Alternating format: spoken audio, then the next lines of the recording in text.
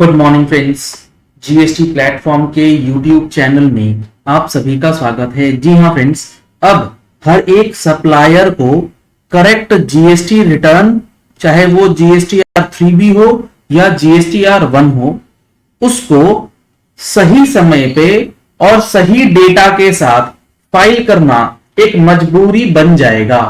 कैसे? जुड़े रहिएगा इस वीडियो के एंड तक, आपको भी सारी चीजें समझ में आ जाएंगी अगर आप जीएसटी में रजिस्टर्ड रह करके काम करना चाहते हैं। सबसे पहले इसके लिए जो चीज आपको चेक करनी है वो है रूल 59 सब रूल 6। ये क्या कहता है?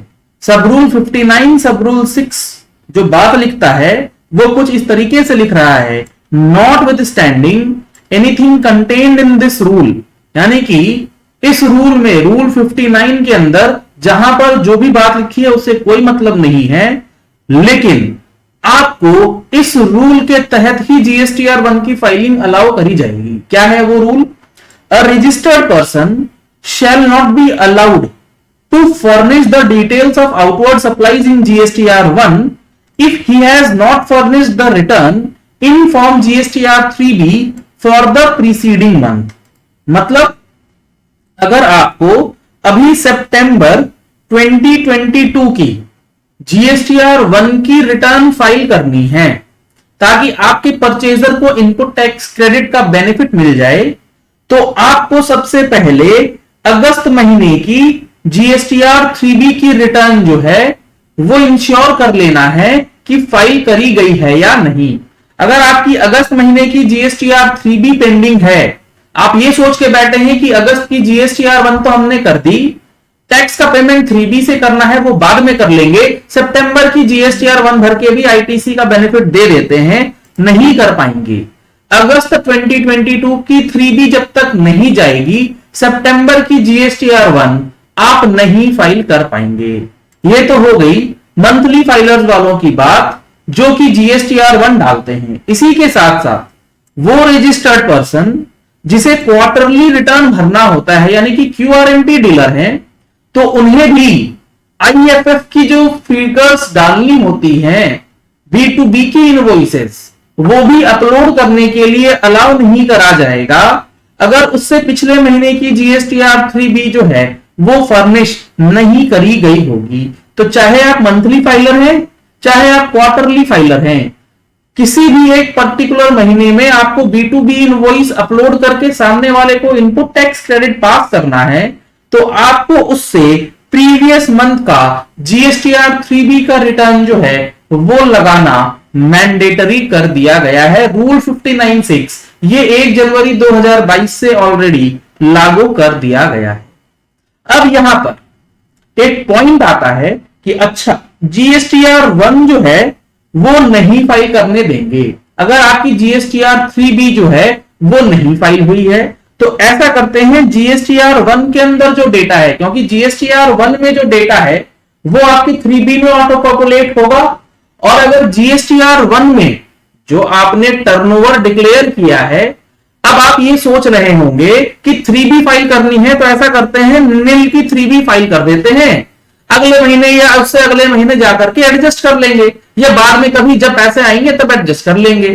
तो इस चीज को समझ लीजिएगा कि जीएसटीआर 1 तो आप फाइल कर पाएंगे सितंबर महीने की, क्योंकि 3B फाइल हो चुकी है, लेकिन यहां आ जाएगा आपके सामने सेक्शन 75 सब सेक्शन 12। ये क्या कहता है? ये कहता है, not with standing anything contained in section 73-74। 73-74 कहता है कि अगर आपने टैक्स कम जमा किया, गलत जमा किया, नहीं किया, या जो भी मामला है, उसके लिए आपको सो कॉज नोटिस देना है, रिप्लाई देना है, बहुत सारे प्रोसेस दिए गए। अब 75-12 कहता है कि 73-74 में क्या लिखा है हमें उससे मतलब नहीं, कोई नोटिस नहीं जाएगा, कोई रिप्लाई की जरूरत नहीं है। किस सिचुएशन में?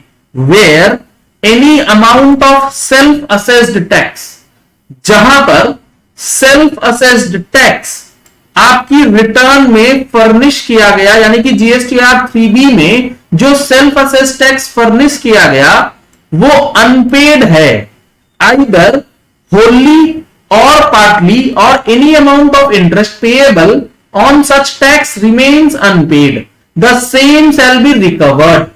यानी कि अगर कोई सेल्फ असेसमेंट टैक्स आपने नहीं पे किया है तो वो आपसे रिकवर किया जाएगा without giving any notice. Notice भी नहीं दिया जाएगा, सीधा रिकवरी कर ली जाएगी बैंक अटैच करके।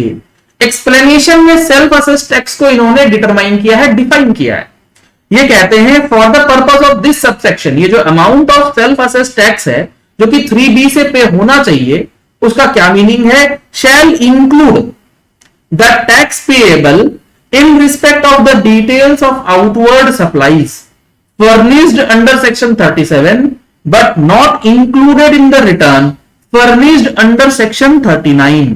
तो यहां जो आप प्लानिंग कर रहे थे कि आपको सितंबर की GSTR1 भरनी है तो 3B की नील भर देते हैं, तो यहां पर आप सेक्शन 75(12) में बुरे फंस सकते हैं, क्योंकि GSTR1 में जो आपने लाइबिलिटी डिक्लेयर करी और वो आपने इंक्लूड नहीं किया अपनी जीएसटी 3B के रिटर्न में उस महीने, तो वो भी सेल्फ असेस्ड टैक्स के डेफिनेशन में कवर्ड है।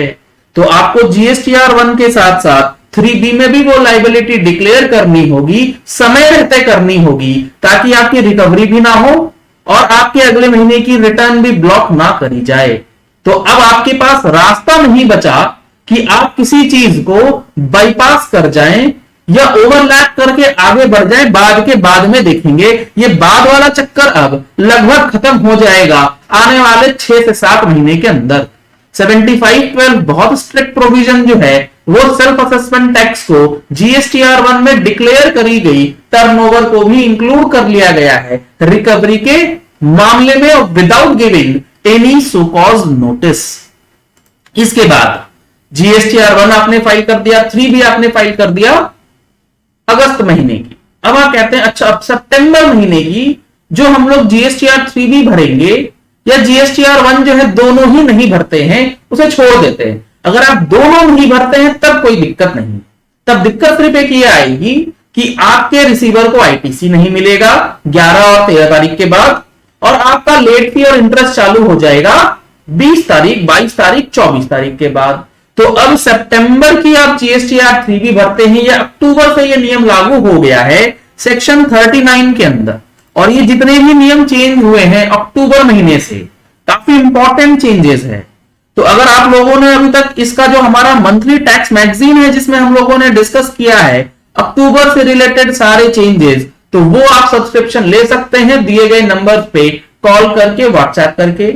16 तारीख को, जी हाँ फ्रेंड्स, कमिंग संडे को हम लोग all changes effective from October 2022 discuss भी करने वाले हैं। अगर आपने अभी तक रजिस्ट्रेशन नहीं कराया है उस वेबिनार में, तो आपको नंबर्स स्क्रीन पे दिए गए हैं, सेम नंबर पे कॉल करके, व्हाट्सएप करके आप वेबिनार में रजिस्टर करा सकते हैं। दिन में 11 बजे से 2 बजे तक ये सेशन चलने वाला है। लिमिटेड सीट्स अवेलेबल हैं, जल्द से जल्द आप इस सीट्स को बुक कर सकते हैं। अब सेक्शन 39 सब सेक्शन 10 जो नया आया है, ये क्या कहता है? A registered person shall not be allowed to furnish a return for a tax period if the return for any of the previous tax period or the details of outward supplies under subsection 1 of section 37 of the said tax period has not been furnished by him। मतलब आपको सितंबर महीने की GSTR3B file करनी है, तो इसे file करने से पहले आपको सबसे पहले अगस्त की 3B फाइल करनी होगी और सितंबर की GSTR1 फाइल करनी होगी, तभी आप सितंबर की 3B कर सकेंगे। और GSTR1 करने के लिए उससे पहले की 3B, यानी कि अब जो है एक रिटर्न दूसरे रिटर्न से लिंक कर दी गई है और सीक्वेंस में ही आपको अपनी रिटर्न फाइलिंग जो है वो करनी है। पहले GSTR1 उसके बाद 3B, और GSTR1 3B के बीच में अगर गैप रह गया 75(12) आपको रिकवरी के लिए यहां पर पूरा पावर दे देता है टैक्स ऑफिसर को।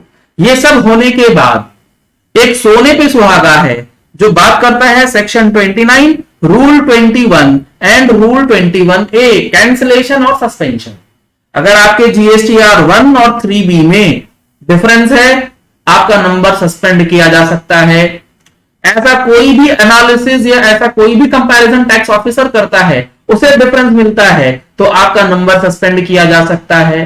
तो सारी चीजों को ध्यान में रखते हुए अब आपको सही रिटर्न भरना, समय पे रिटर्न भरना बेहद जरूरी है अगर आप जीएसटी में रहते हुए बिजनेस करना चाहते हैं, क्योंकि आपके रिटर्न एज अ सप्लायर इसीलिए जरूरी है क्योंकि इनपुट टैक्स क्रेडिट आपका जो रिसीवर है वो डेड एंड पे खड़ा है।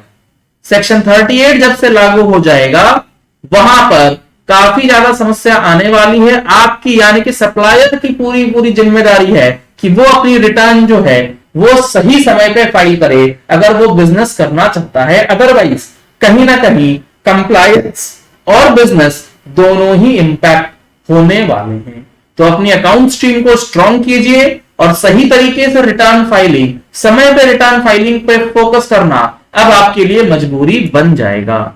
चलिए इस वीडियो को यही एंड करते हैं। आशा करते हैं आपको मेरा पॉइंट क्लियर हो गया होगा कि एक रिटर्न दूसरे रिटर्न से किस तरीके से लिंक कर दी गई। अगर आपने हमारे चैनल पर फर्स्ट टाइम ट्यून इन किया है तो चैनल को सब्सक्राइब करने के लिए नीचे दिया गया रेड कलर का सब्सक्राइब बटन प्रेस कर लीजिए, साथ में जो बेल आइकन है उसे प्रेस कर लीजिएगा ताकि वीडियोस की नोटिफिकेशंस आप तक रेगुलरली पहुंचती रहें। Thank you and have a nice day.